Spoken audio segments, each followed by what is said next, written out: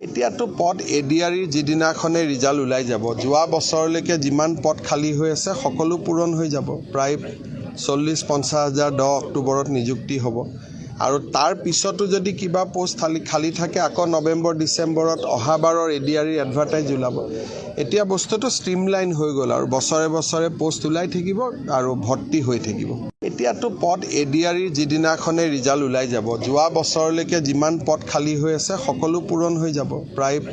40-50 হাজাৰ 10 অক্টোবৰত নিযুক্তি হ'ব আৰু তাৰ পিছতো যদি কিবা পোষ্ট খালী থাকে আকৌ নৱেম্বৰ ডিচেম্বৰত অহাবাৰৰ এডিআৰিৰ এডভাৰটাইজ ওলাব এতিয়া বস্তুটো ষ্ট্ৰীমলাইন হৈ গ'ল আৰু বছৰে বছৰে পোষ্ট ওলাই থাকিব আৰু ভৰ্তি হৈ থাকিব এতিয়াতো পদ এডিআৰিৰ যিদিনাখনে ৰিজাল্ট ওলাই যাব যোৱা বছৰলৈকে যিমান পদ খালী হৈ আছে সকলো পূৰণ হৈ যাব প্ৰায় 40-50 হাজাৰ 10 অক্টোবৰত নিযুক্তি হ'ব আৰু তাৰ পিছতো যদি কিবা পোষ্ট খালী থাকে আকৌ নৱেম্বৰ ডিচেম্বৰত অহাবাৰৰ এডিআৰিৰ এডভাৰটাইজ ওলাব এতিয়া বস্তুটো ষ্ট্ৰীমলাইন হৈ গ'ল আৰু বছৰে বছৰে পোষ্ট ওলাই থাকিব আৰু ভৰ্তি হৈ থাকিব